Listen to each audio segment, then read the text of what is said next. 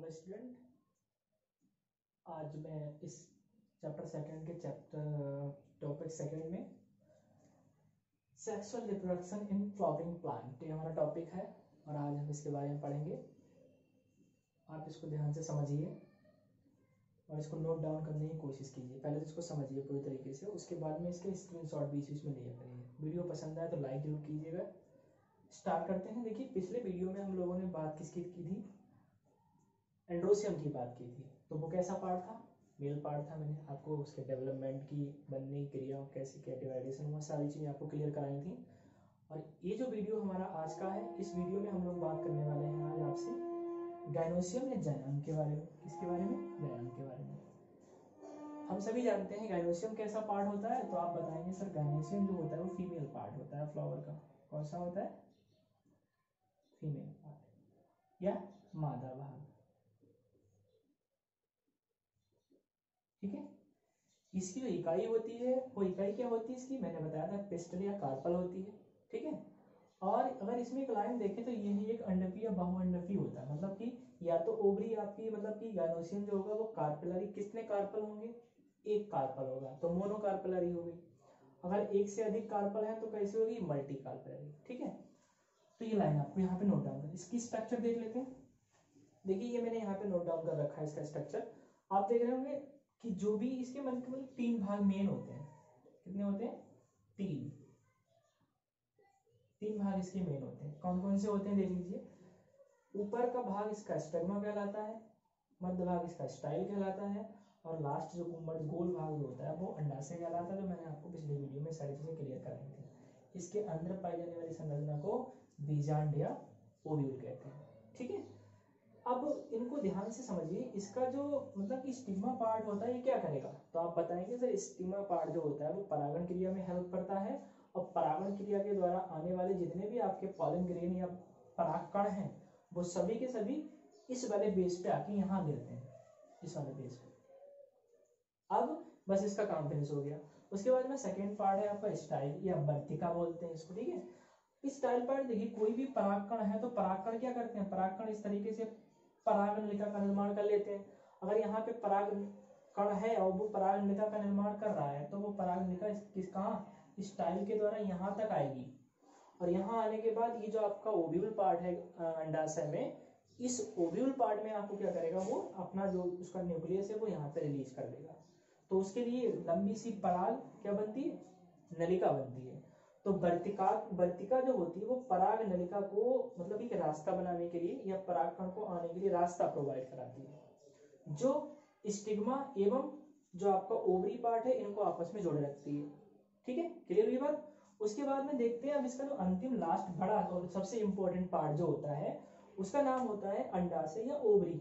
Ovary में क्या होता है देखिए, ओवरी कैसी है तो आप बताएंगे। ओवरी एक गोल संरचना होती है, ठीक है, जो कि प्रत्येक गाइनोसियम में पाई जाती है, फीमेल पार्ट है।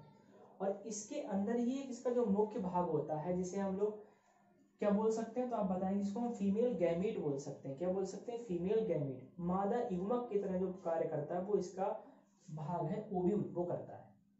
ठीक है, जो कि ओवरी के अंदर पाया जाता है। उसके बाद में इसका लास्ट पार्ट आप एक और देख रहे होंगे जो मैंने थैलेमस लिखा है यहाँ पे। तो थैलेमस जो पार्ट है वो मान लीजिए कि ये फ्लावर इस तरीके से था, तो ये फ्लावर का मेन पार्ट हो गया, फीमेल पार्ट वाला। और ये जो जो जुड़ा हुआ जिसे हम पेडिसिल बोलते हैं, क्या बोलते हैं? पेडिसिल।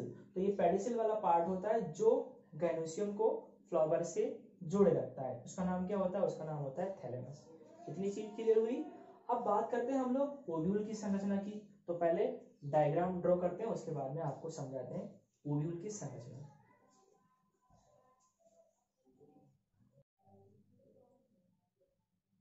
देखिए, स्टार्ट करते हैं बीजांड की संरचना। ओव्यूल जो आपने ओवरी के अंदर पढ़ा था अभी, उसके बारे में सारा जो फीमेल पार्ट के अंदर प्रोसेस होती है इसी पार्ट में होती है। फीमेल गैमीट की तरह ये वर्क करता है। इसको समझना आपको बहुत जरूरी है। समझिए ध्यान से, मैंने डायग्राम से इस यहाँ पे ड्रॉ कर रखा है, यहाँ समझिए ध्यान से। देखिए, ये कुछ इस तरीके की संरचना यहाँ पे देखिए। मैं यहाँ से स्टार्ट करता हूँ। यहाँ से देखिए, ये जो पार्ट है आपका ये ओवरी से जुड़ा हुआ है। देखिए, मैंने जब अभी आपको यह डायग्राम बनाया था इस तरीके से, यहाँ समझाया था, तो मैंने यहाँ बनाया था इसको ऐसे, इस तरीके से। यानी ये वाला पार्ट है वो कहाँ जुड़ा है, ओवरी के बॉल से जुड़ा हुआ, ओवरी की दीवारों से जुड़ा हुआ पार्ट है, प्लेसेंटा बोलते हैं। क्या बोलते हैं, प्लेसेंटा बोलते हैं। और ये प्लेसेंटा करता क्या है, ध्यान समझिए यहाँ से, ये प्लेसेंटा का जो वर्क होता है, ओवरी यानी अंडाशय से जो भी फीमेल फ्लावर के पार्ट, प्लांट से जो भी न्यूट्रिएंट्स या पोषक तत्व आ रहे हैं, वो सभी इस प्लेसेंटा के द्वारा इस ओव्यूल में क्या होते हैं, ट्रांसफर होते हैं। उसे ले जाने का काम किसका होता है, तो वैस्कुलर सप्लाई उसके लिए पाई जाती है। क्या पाई जाती है, वैस्कुलर सप्लाई। उसमें क्या होंगे, उसमें दो चीजें हो सकती हैं, जाइलम और फ्लोएम। तो जाइलम और फ्लोएम यहाँ से क्या करते हैं, वैस्कुलर सप्लाई देते हैं पूरे बीजांड को। इतनी बात क्लियर हुई। अब आगे देखते हैं। अब देखिए आगे इसमें मैंने यहाँ पे ये पार्ट लिखा है फ्यूनिकल। फ्यूनिकल का मतलब क्या है कि जो ओव्यूल है हमारा, ये वाला जो ओव्यूल प्लेसेंटा और ओवरी के मध्य वाला जो पार्ट है वो हमारा क्या है, वो फ्यूनिकल है। और फ्यूनिकल के अंदर ही क्या पाई जाती है, वैस्कुलर सप्लाई पाई जाती है। उसके बाद में आगे चलते हैं। आपको ये बात जो यहाँ पे पार्ट खाली सा दिखाई दे होगा, ये हाइलस कहलाता है, ये हाइलम भी बोलते हैं। और माइक्रोपाइल के जस्ट 90 डिग्री पे सीधा जो पार्ट होता है ये वाला, इसे चलाजा भाग बोला जाता है। ठीक है, क्या बोला जाता है, चलाजा। ये सबसे ऊपरी भाग होता है। कुछ इन दोनों की मतलब कि पोजीशन के आधार पर कई टाइप के, आपको पता है 6-7 प्रकार के आपके क्या होते हैं, ओव्यूल पाए जाते हैं। वो आपके सिलेबस में अभी नहीं है। ठीक है, तो हमें सिर्फ एक नॉर्मली जो ज्यादातर पाया जाता है उस वाले बीजांड की संरचना देखनी है। तो ये चलाजा पार्ट होता है। चलाजा पार्ट के नीचे आपको ये लाइन दिखाई दे रही है, एक लाइन देखिए, ये है, एक ये इधर भी है, ऐसी है। ये जो लाइन है वो इंटेगुमेंट कहलाते हैं। क्या कहलाते हैं, इंटेगुमेंट। समझिए ध्यान से, इंटेगुमेंट का मतलब, अब जो बाहर वाली लाइन है उसे बोलेंगे आउटर इंटेगुमेंट। क्या बोलेंगे, आउटर इंटेगुमेंट। और जो अंदर वाला है ये वाला पार्ट, उसे क्या बोलेंगे, उसे बोलेंगे इनर इंटेगुमेंट। तो ये दोनों मिलकर क्या करते हैं, इंटेगुमेंट चैम्बर बना लेते हैं या इंटेगुमेंट पार्ट बना लेते हैं, आउटर और इनर इंटेगुमेंट। उसके बाद में सबसे लास्ट में आ जाइए आप, यहाँ पे देखिए ये जो पोर पाया जाता है, मतलब कि ओव्यूल के अंदर क्या होता है, निचली साइड में एक पोर होता है, एक छिद्र होता है जिसका नाम माइक्रोपाइल होता है। अब ये माइक्रोपाइल के द्वारा क्या होता है, आपको ये बता रहे हैं, माइक्रोपाइल क्या करता है, ये तो यहाँ पे गैसीय आदान प्रदान होता है इसके द्वारा और दूसरा जो इसका फंक्शन होता है वो परागण क्रिया के द्वारा जो पॉलन ग्रेन आ रहे हैं, देखिए ये पॉलन ग्रेन आ रहा है तो यही तो आएगा, तो इसी के द्वारा क्या करता है, वो एंटर करता है ओव्यूल के अंदर। इतनी बात क्लियर हुई। अब ये मेन भाग जो होता है, बात बताएंगे कि बीजांड का मुख्य भाग क्या कहलाता है, न्यूसेलस कहलाता है। बीजांड का मुख्य भाग न्यूसेलस कहलाता है। और ये क्या होता है, इसके अंदर निम्न संरचनाएं पाई जाती हैं, वो मैंने आपको इधर बताई है। यहाँ समझ लीजिए ध्यान से, इस वाले न्यूसेलस पार्ट को उठा के मैंने इधर रखा है, यहाँ समझिए ध्यान से। देखिए अगर देखें तो कुल मिला के इसमें 8 कोशिकाएं हैं, और कोशिकाएं 8 हैं तो केंद्रक भी कितने होंगे, केंद्रक भी 8 होंगे। और ये जो पार्ट हमारा कहलाता है इसको हम बोलते हैं एम्ब्रियो सैक। क्या बोलते हैं, एम्ब्रियो सैक। तो एम्ब्रियो सैक कैसी संरचना है ये ध्यान रखना। एम्ब्रियो सैक जो होती है वो अगुणित संरचना होती है, हमेशा एक्स फॉर्म में होती है। इसका मतलब ये नहीं कि इसमें इतने सारे केंद्रक हैं तो ये डिप्लॉइड केंद्रक हो जाएगा, ऐसा कुछ नहीं होता है।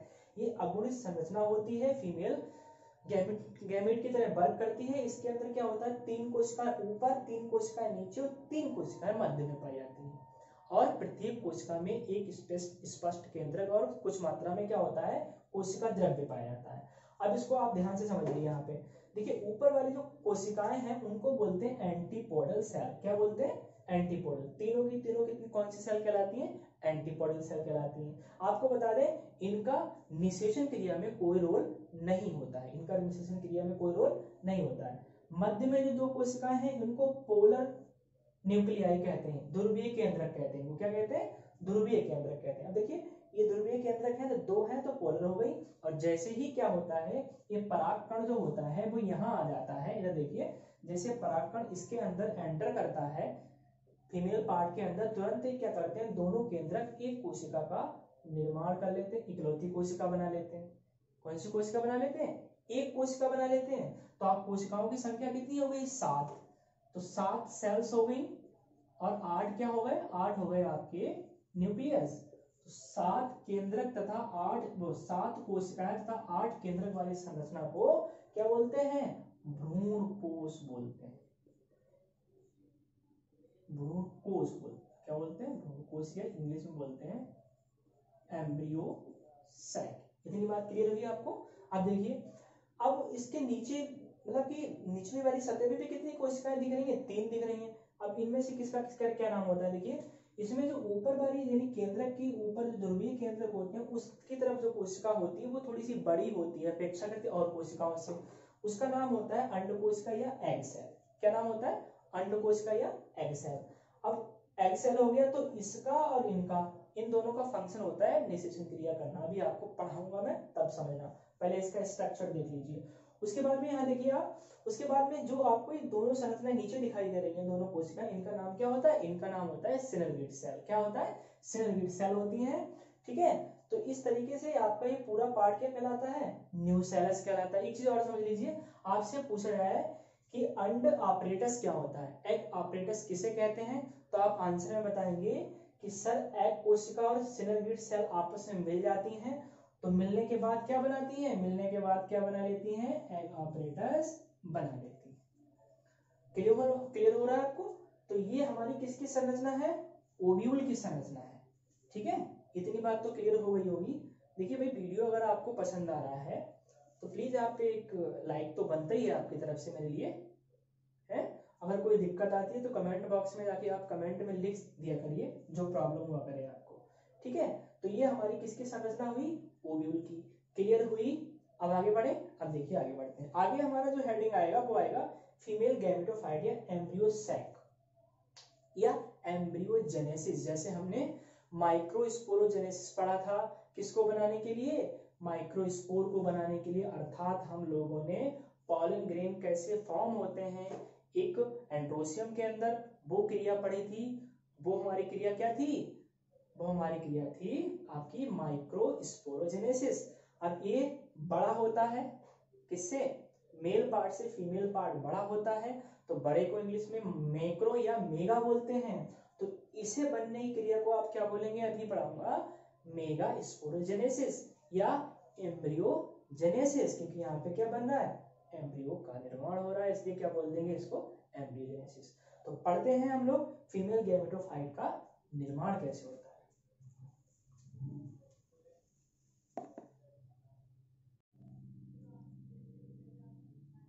तो देखिए स्टूडेंट, स्टार्ट करते हैं आगे। मादा युग्मकोद्भिद का निर्माण, यानी ये जो आपका फीमेल गैमेटोफाइट होता है जिसे हम लोग क्या बोलते हैं, एम्ब्रियो सैक बोलते हैं। ठीक है, मेगा स्पोर बोलते हैं या बीजांड बोलते हैं। इस बीजांड की संरचना का निर्माण कैसे होता है, ठीक है, ये सारा जो निर्माण के होने की क्रिया है, यानी आप बता देंगे कि मेगा स्पोर या ओव्यूल बनने की क्रिया को क्या कहते हैं, एम्ब्रियोजेनेसिस या मेगा स्पोरोजेनेसिस कहते हैं। ठीक है, तो इसके बनने की क्रिया आप क्या बताएंगे, इसे आप हिंदी में लघु बीजाणु जनन भी बोल देते हैं। क्या बोलते हैं, लघु बीजाणु जनन। लघु का मतलब क्या होता है, बड़ा। अब आगे देखिए, आगे क्या होता है इसमें, अब फंक्शनल मेगास्पोर लिखा है मैंने यहाँ पे, फंक्शनल मेगास्पोर। आप बताएंगे कि इसमें क्या होता है, जो आपकी फीमेल गैमेटोफाइट होता है, मादा युग्मक जो होता है, वो उसकी सबसे पहली जो कोशिका होती है उसका नाम होता है फंक्शनल मेगास्पोर। ठीक है, लघु बीजाणु। कैसा, क्रियाशील लघु बीजाणु जो है वो आपका फीमेल गैमेटोफाइट की प्रथम कोशिका होती है। अब इसके लिए हमें डायग्राम की आवश्यकता होती है, मैं डायग्राम ड्रॉ करता हूं।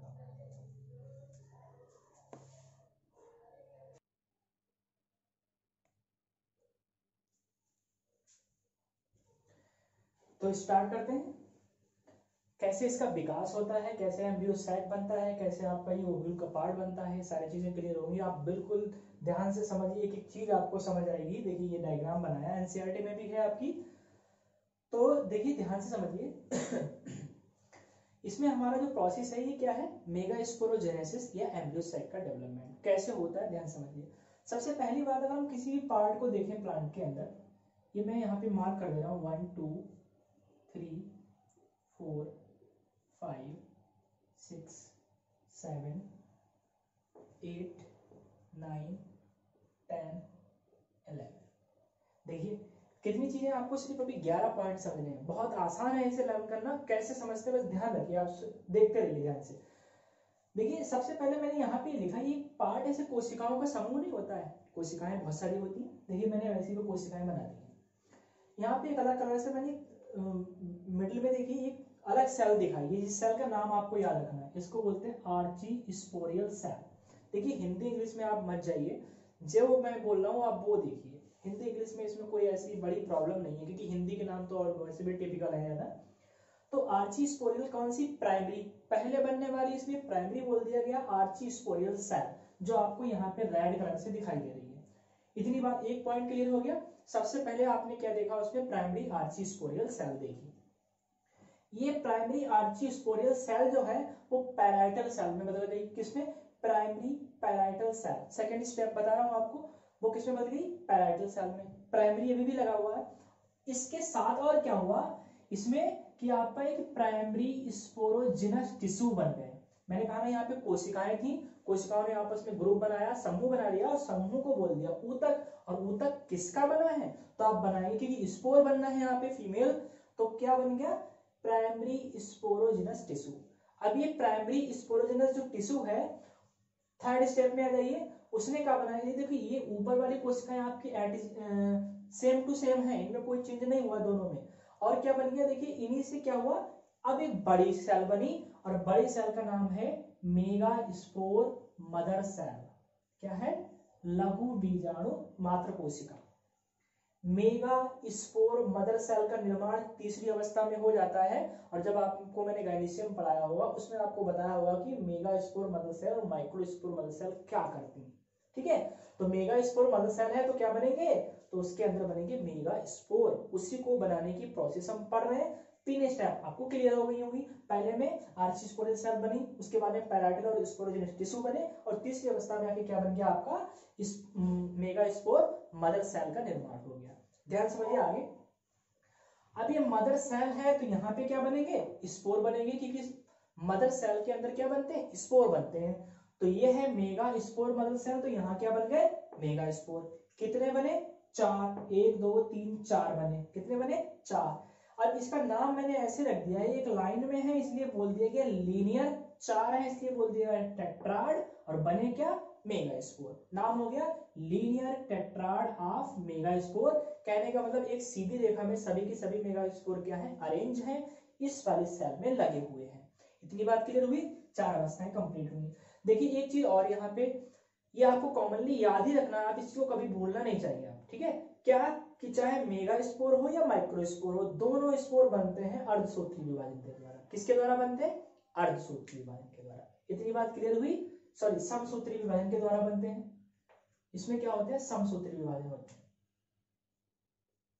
ठीक है, क्या बनते हैं, समसूत्री विभाजन। अभी जो समसूत्री विभाजन के द्वारा क्या हुआ, यहाँ पे विभाजन हुआ, 1 से 2 बने, यहाँ विभाजन हुआ, यहाँ देखिए इससे विभाजन हुआ, 1 बार हुआ, 2 बार हुआ, 3 बार, कई सारे क्रमिक समसूत्री विभाजन के द्वारा क्या हुआ, आपके 4 मेगा स्पोर बन गए।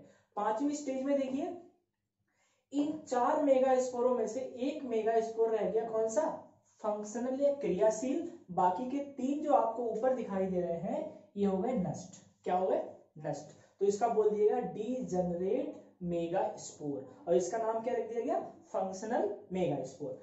फिर समझिए आगे। अब देखो 5वीं स्टेप कंप्लीट हुई, 6ठी स्टेप में देखते हैं। इसमें क्या हुआ, देखिए जो ऊपर आपको लाइन दिख रही है, ये वाली लाइन जो है, ये वाली, ये है आपकी डीजनरेट किसकी, मेगा स्पोर की। और ये जो बड़ा सी संरचना आपको दिखाई दे रही है, ये देखिए इसमें क्या, फिर से समसूत्री विभाजन हुआ, और 1 से क्या हुआ, 2 बन गए इसके अंदर के केंद्रक। और ये वाली समस्त संरचना क्या कहलाएगी, अब ये कहलाएगी एम्ब्रियो या भ्रूण। क्या कहलाएगी, एम्ब्रियो सैक या भ्रूण कोश। इतनी बात क्लियर हुई। अब देखिए ये जो फंक्शनल मेगा स्पोर है, इसमें क्या, फिर से विभाजन स्टार्ट हो गया, 1 से 2 और 2 से 4। तो यहाँ 1 था, यहाँ 2 हुए, और 2 से यहाँ कितने हो गए, 4। देखिए ध्यान से, 2 ऊपर वाली सतह पे, 2 नीचे वाली सतह पे। यहाँ 1 था, समसूत्री विभाजन के द्वारा क्या होता है, 1 से 2 बनते हैं, और यहाँ 2, तो यहाँ पे फिर क्या, इसमें विभाजन हुआ समसूत्री, तो इसने 2 बना लिए, इसमें हुआ था इसने 2 बना लिए, टोटल कितने बन गए, 4। 2 ऊपर वाली साइड में है, 2 नीचे वाली साइड में। यहाँ पे जो संरचना ये है, ये आपकी रिक्तिका या वैक्यूल कहलाती है। क्या कहलाती है, ये आपकी वैक्यूल कहलाती है। क्या कहलाएगी, रिक्तिकाएं या वैक्यूल, फूड रिक्तिकाएं, इनके अंदर फूड है, और इन फूड को कौन ग्रहण कर रहा है, मेगा स्पोर ग्रहण कर रहे हैं। चैप्टर आपके जो 7 स्टेप थी वो कंप्लीट हुई। देखिए अब देखिए 4 वहां बने थे, मैंने फिर कहा आपसे कौन सा विभाजन हो रहा है, समसूत्री विभाजन फिर से हुआ। अब विभाजन होने के बाद क्या हुआ, देखो एक एक इन्होंने ऊपर वाले ने फिर एक भी आया, वो 4 बन गया ऊपर 4 नीचे। तो यहाँ देखिए सेम एड आपकी बिल्कुल सेम वही बात लिखी हुई, क्या कि 4 ऊपर है 4 नीचे है, कितने हुए 8, और 8 को क्या बोलते हैं ऑक्टेंट। तो कौन सी स्टेज हो गई है, ऑक्टेंट स्टेज हो गई। ध्यान से समझिए, इसमें 4 ऊपर है 4 नीचे है। अब क्या होगा अगली अवस्था में 9 नंबर पे क्या हुआ, अब इनमें से जो 4 ऊपर थे 4 नीचे थे, उनमें से एक एक केंद्र क्या हो गया, आपका केंद्र की तरफ आकर्षित होना स्टार्ट हो गया, यानी केंद्र की ओर आके जुड़ गए। 3 देखो नीचे है, 3 ऊपर है और 2 बीच में। संख्या अभी भी 8 है, लेकिन आप कहाँ आ गए, अब इनका हो गया सबका नाम, नामकरण हो गया। यहाँ कोई नाम, यहाँ तो सिर्फ केंद्रक लिखे गए थे। नाम क्या है, ऊपर बन गया एग ऑपरेटस, क्या बन गया, एग या अंड ऑपरेटस, ठीक है। और नीचे क्या बन गया, एंटीपोडल सेल, क्या बन गई, एंटीपोडल सेल। और बीच में क्या है आपके ध्रुवीय केंद्रक या पोलर न्यूक्लियाई। अगली कंडीशन देखते हैं 10th नंबर की, उसमें क्या और डेवलपमेंट हुआ, इसमें और विकास हुआ। अब कोई विभाजन नहीं हो रहा है यहाँ पे, सिर्फ डेवलपमेंट, विभाजन यहाँ तक आगे रुक गया। देखिए यहाँ अभी तक यहाँ के सभी समसूत्री विभाजन के द्वारा सारे केंद्रक अपनी संख्या में वृद्धि करते रहे, नष्ट होते रहे, ठीक है। उसके बाद अब यहाँ पे देखिए 10वीं स्टेज में देखिए, ऊपर जो एग ऑपरेटस था, अब उसमें अलग अलग दोनों प्रकार की सेल बन गई। कौन सी, अंडकोशिका और सिनर्गेट सेल।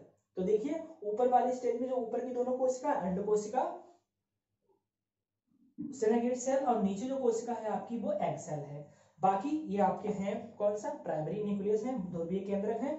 और नीचे वाली ये कौन सी कोशिका है, तो ये आपकी एंटीपोडल सेल है। कौन सी है, एंटीपोडल सेल। अब देखिए अगली, ये 10th नंबर की स्टेज कंप्लीट हुई। अब देखिए लास्ट, यही वाली स्टेज तो आपको समझनी थी जो मैंने अभी आपको ओव्यूल के अंदर बताई थी, बिल्कुल सेम वही है। इसमें क्या होता है, सिर्फ ये पलट जाता है, ऊपर वाली कोशिकाएं मतलब इस तरीके से घूम जाता है, तो ये वाला पार्ट ऊपर पहुंच जाएगा, ये वाला नीचे आ जाएगा। तो ऐसा होगा। तो एंटीपोडल सेल कहाँ गई, देखो यहाँ नीचे थी, आप कहाँ पहुंच गई ऊपर, और ये वाली कोशिकाएं कहाँ गई नीचे, यानी एग ऑपरेटस वाला सिरा नीचे पहुंच गया और एंटीपोडल वाला कहाँ पहुंच गया, ऊपर पहुंच गया। बाकी ध्रुवीय केंद्रक में कोई परिवर्तन नहीं हुआ। तो इस तरीके से ये देखिए हमारा क्या बन गया, एम्ब्रियो सैक बन गया। क्योंकि मैंने आपको एम्ब्रियो सैक अभी बताया था क्या, कि उसमें क्या होता है 8 केंद्रक 8 कोशिकाएं, या 8 केंद्रक 7 कोशिकाएं एम्ब्रियो सैक में होती हैं। तो आपको देख लेंगे 7 कोशिकाएं हैं और उनके अंदर कितने केंद्रक हैं, 8। यही हमारा टॉपिक था क्या, एम्ब्रियो सैक का निर्माण कैसे होता है, या फीमेल गैमेटोफाइट का निर्माण कैसे होता है, या एम्ब्रियोजेनेसिस किसे कहते हैं, या लघु बीजाणुजनन किसे कहते हैं, तो आपको या मेगा स्पोरोजेनेसिस किसे कहते हैं। तो आप बताएंगे, क्या बताएंगे, एम्ब्रियो सैक बनने की क्रिया को एम्ब्रियोजेनेसिस कहते हैं, ठीक है। या दूसरी भाषा में बताएंगे आपकी मेगा स्पोर बनने की क्रिया को मेगा स्पोरोजेनेसिस कहते हैं। तो मेगा स्पोर कहाँ बने थे, यहाँ बने थे। कहाँ से बने थे, मेगा स्पोर मदर सेल से बने थे। इसकी स्टार्टिंग कहाँ से हुई थी, प्राइमरी आर्चिस्पोरियल सेल से हुई थी। क्लियर हुई बात। तो 11 अवस्थाओं में आपकी मैंने आपको इसका डेवलपमेंट समझाया है। और अगर आपको इसमें कोई प्रॉब्लम है तो कमेंट बॉक्स में कमेंट हमें जरूर दीजिए, ठीक है। तो ये इसमें आप जो हेडिंग जो आप अपनी कॉपी में लिखते समय इसकी हेडिंग जो बनाएंगे, वो बनाएंगे कि female development of female gametophyte, ठीक है। आप समझ गए। तो अब देखते हैं अगला टॉपिक क्या है इसका।